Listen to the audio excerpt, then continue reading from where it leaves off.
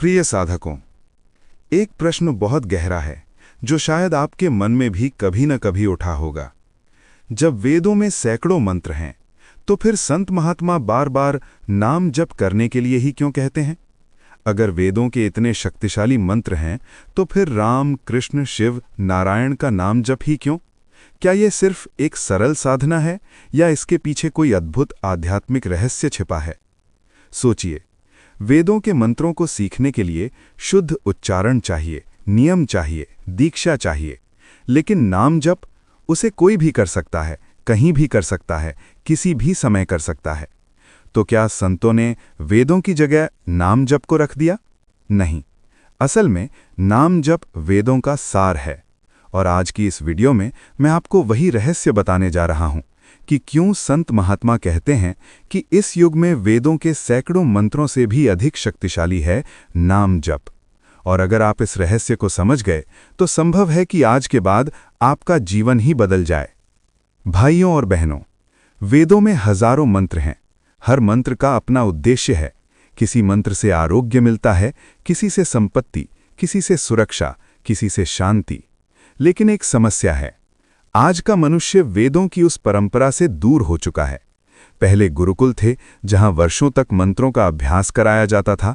शुद्ध उच्चारण, स्वर, छंद, लय, इन सब का अभ्यास करना पड़ता था। लेकिन आज मनुष्य के पास समय भी कम है और मन भी बहुत चंचल है।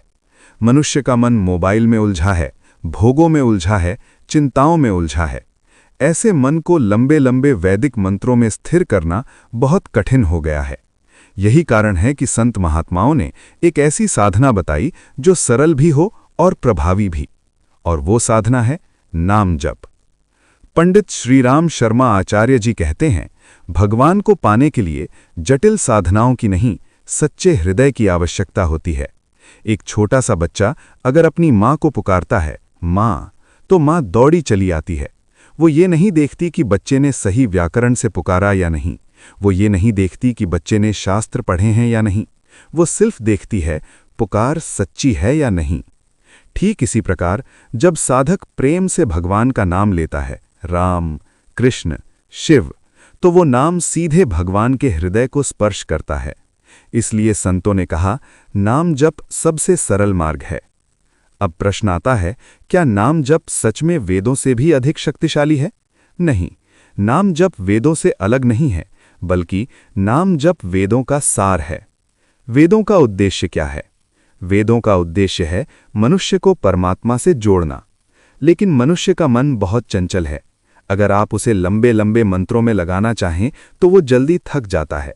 लेकिन नाम छोटा है, सरल है और हृदय से जुड़ जाता है। एक, नाम में ही भगवान की शक्ति छिपी है। संतों ने कहा, नाम और नामी में भेद नहीं है। जब आप राम कहते हैं तो वो केवल शब्द नहीं है, उसमें भगवान राम की शक्ति छिपी है। जैसे एक बीज छोटा होता है लेकिन उसमें पूरा वृक्ष छिपा होता है, ठीक वैसे ही नाम में पूरा परमात्मा छिपा है। 2, नाम जप मन को शुद्ध करता है। मनुष्य का मन वासनाओं से भरा हुआ है। काम, क्रोध, लोभ, मोह, ये सब मन को अशांत करते हैं। लेकिन जब आप नाम जप करते हैं तो धीरे धीरे मन शांत होने लगता है। जैसे अगर गंदे पानी में लगातार साफ पानी डाला जाए तो एक दिन वो पानी साफ हो जाता है। ठीक वैसे ही नाम जप मन को धीरे धीरे शुद्ध कर देता है। 3, नाम जप हर स्थिति में संभव है। वेदों के मंत्रों के लिए नियम चाहिए, लेकिन नाम जप चलते फिरते भी हो सकता है, काम करते हुए भी हो सकता है। खाना बनाते समय, चलते समय, सफर करते समय आप बस मन ही मन कह सकते हैं राम राम राम, और यही नाम आपके भीतर एक दिव्य ऊर्जा जगाने लगता है। 4, कलयुग की सबसे बड़ी साधना। संतों ने कहा है, कलयुग में नाम ही सबसे बड़ा सहारा है, क्योंकि इस युग में मनुष्य का मन बहुत कमजोर है। लंबी तपस्या करना, कठोर साधना करना सबके लिए संभव नहीं, लेकिन नाम जप हर व्यक्ति कर सकता है। चाहे वो गरीब हो या अमीर, पढ़ा लिखा हो या अनपढ़, हर व्यक्ति भगवान का नाम ले सकता है और यही नाम उसे धीरे धीरे ईश्वर के पास ले जाता है। 5, नाम जप से भीतर जागरण होता है।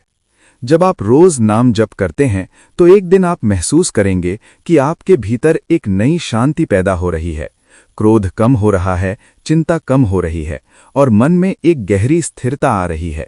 यही है आध्यात्मिक जागरण। और ये जागरण किसी कठिन साधना से नहीं, बल्कि सिर्फ नाम जप से भी संभव है। इसलिए वेदों में सैकड़ों मंत्र होने के बावजूद संत महात्मा नाम जप पर जोर देते हैं, क्योंकि नाम जप सरल भी है और सर्वश्रेष्ठ भी। अगर आप रोज सिर्फ 10 मिनट भी भगवान का नाम जपना शुरू कर दें तो धीरे धीरे आपका मन बदलने लगेगा, और जब मन बदलता है तो पूरा जीवन बदल जाता है। मित्रों, आज से एक छोटा सा संकल्प लीजिए।